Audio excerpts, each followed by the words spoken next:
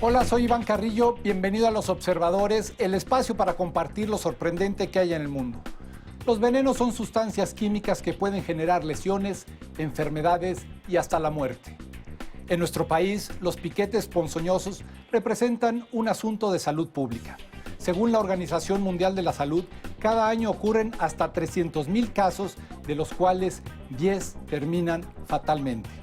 Vamos a platicar con el doctor Alejandro Alagón, un especialista, desarrollador de antivenenos, quien nos dirá cómo prevenir y tratar este mal.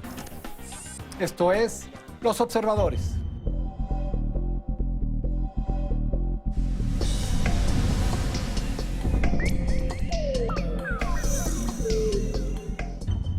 Alejandro, bienvenido a Los Observadores. ¿Cómo estás? Muy bien, Iván. Muchas gracias por la invitación. Dime, ¿es mi impresión o vivimos realmente en un país con una fauna y una flora con características especialmente ponzoñosas? México es de los países que se consideran como megadiversos, y eso involucra a todas las especies peligrosas como no peligrosas. Y sí, sin duda, México en términos de fauna ponzoñosa pues debe de ocupar el segundo o tercer lugar como país en todo el mundo. Tercer lugar mundial en venenos. ¿Cómo en número distinto de especies peligrosas para el hombre? Dime, ¿cómo entendemos el veneno? El veneno es algo que tienen algunos animales que en cantidades muy pequeñas pues puede hacer mucho daño. Esa es la definición de un veneno. A los animales les funciona, básicamente, la principal función es defensa. Porque si te fijas, todos los venenos, lo primero que ocasionan es dolor. Claro. Entonces, si un animal está amenazado y muerde o pica, al producir dolor, pues el posible victimario, pues normalmente se va a retirar.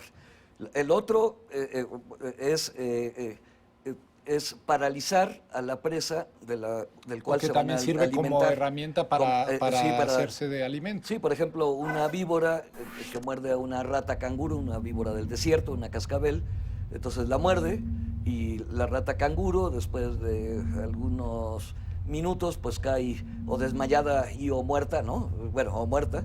Entonces puede llegar la cascabel y se lo puede comer muy bien. Un alacrán que se está comiendo a un insecto que puede dañarle una pata, pues le da un piquetito y lo paraliza y se lo puede comer, ¿no? Sin embargo, al ser, bueno, obviamente es un mecanismo propio de la naturaleza, pero al tener poblaciones a lo largo y ancho de todo el país, pues no deja de ser un problema de salud pública, puesto que estamos expuestos a picaduras que en algunos casos llegan a ser peligrosas. Sin duda alguna, y aquí hay que destacar a los alacranes peligrosos, porque en México tenemos del orden de 300,000 casos anuales de picadura por alacrán peligroso. Exclusivamente alacrán, más o menos son 300,000. 300,000 reportados oficialmente. Y de esos, ¿cuántos piquetes ponzoñosos pasan o escalan a la parte de ser verdaderamente peligrosos, es decir, atentar contra la vida? Bueno, de esos 300,000 que requieren atención médica, se calcula que es del orden del 70%.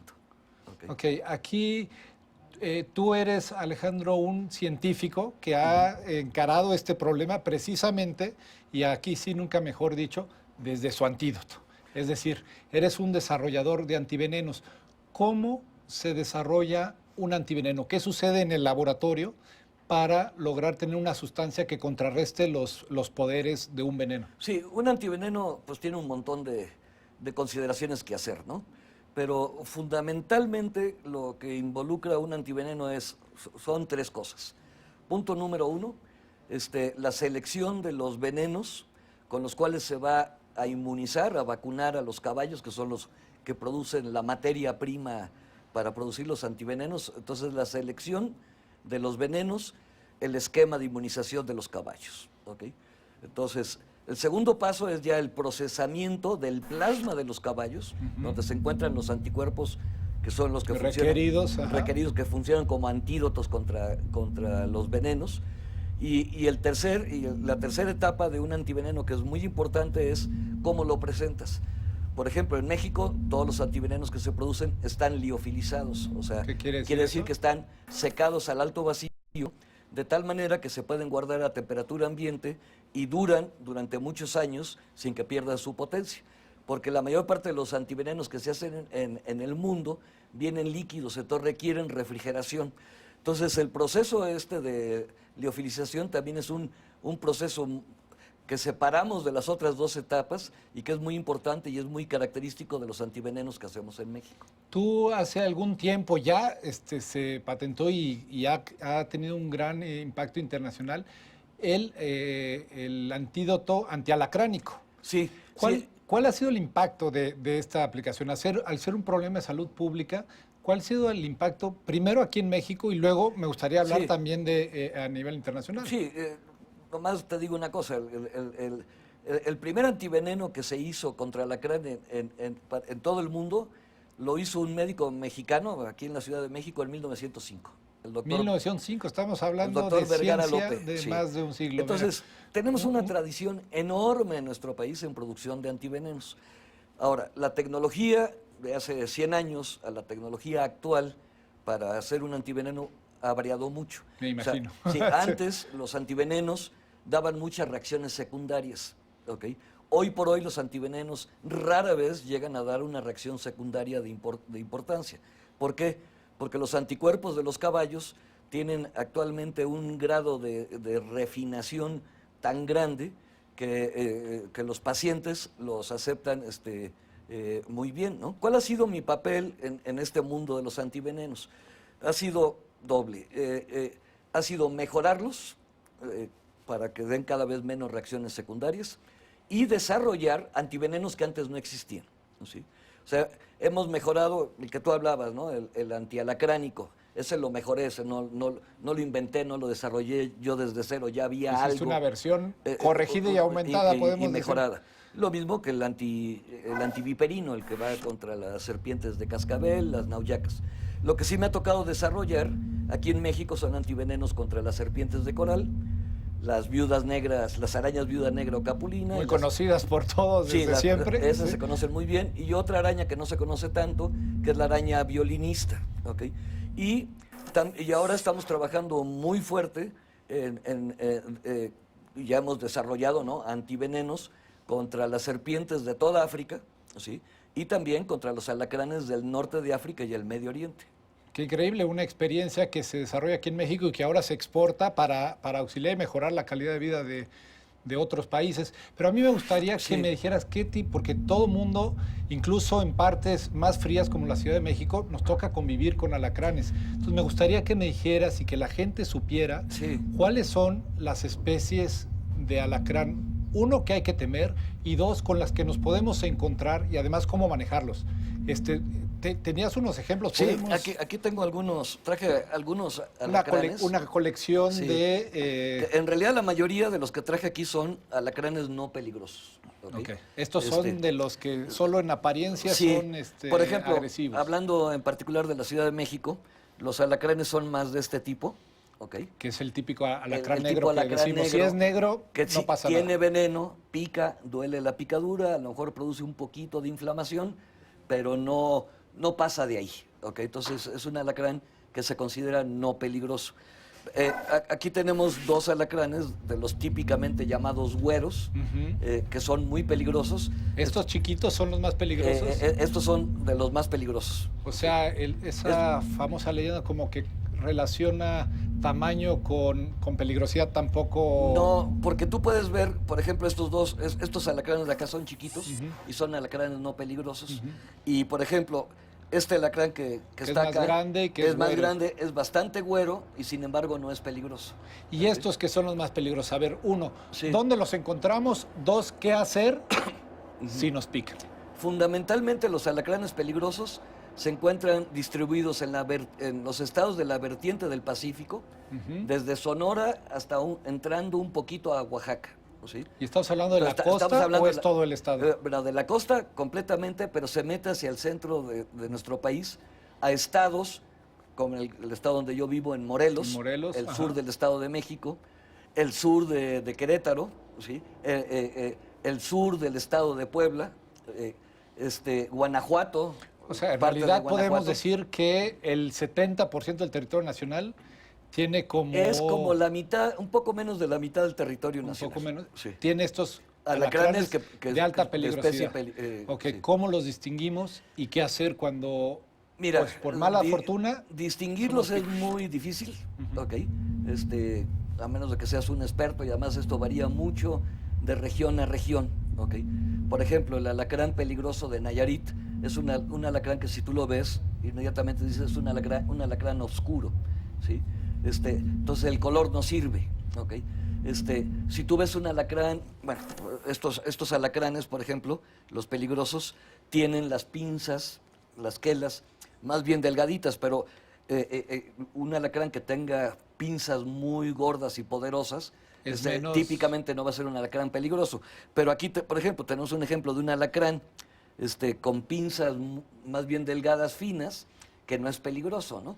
Entonces, depende de la zona, de la región donde se viva en nuestro país, para poder dar algunos criterios diagnósticos para separar especies peligrosas de no peligrosas. Alejandro, eres picado por Sí. uno de estos chiquitos güeritos que ya sabes que es peligroso. ¿Qué sucede? Hay una reacción, obviamente, en tu cuerpo. La primera reacción es un dolor muy intenso en el sitio de la picadura y que puede desarrollar efectos sistémicos. Sistémicos quiere decir generalizados, que se va para todo el cuerpo, ¿no?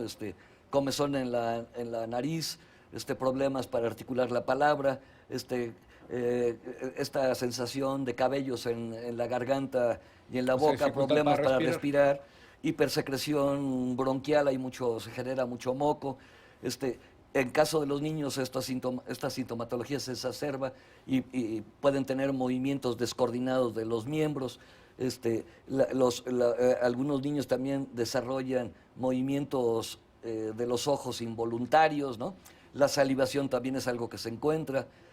Y ese es el momento de hacer...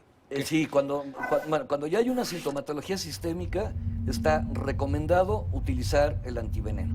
Sobre todo en el caso de niños menores de 25 o 30 kilos, ¿no?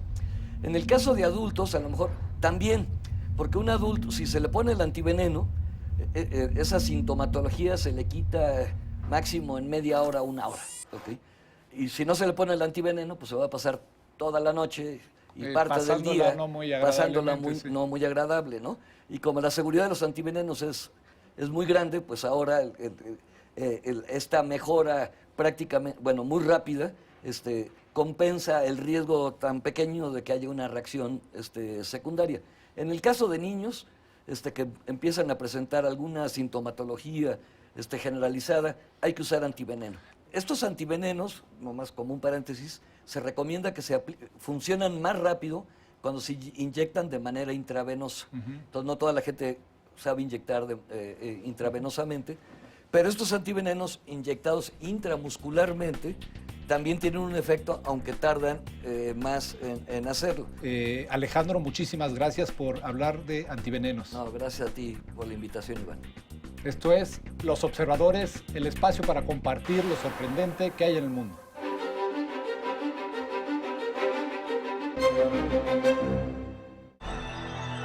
Una pequeña dosis de ciencia con el doctor René Drucker Colín.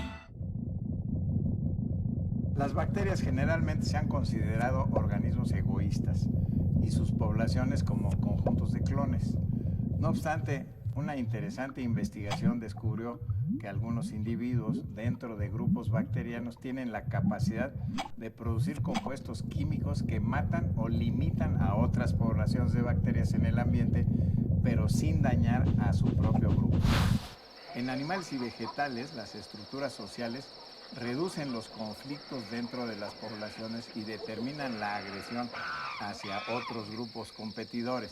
Los autores se preguntaron si existiría una organización similar en las bacterias de vida libre.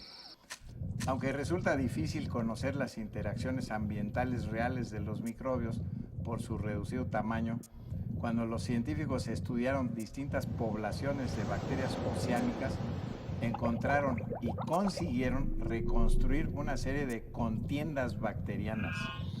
Al analizar estas interacciones, descubrieron que las bacterias producían antibióticos para ganar una ventaja sobre sus posibles competidores, obstruyendo directamente su supervivencia como una forma de guerra química.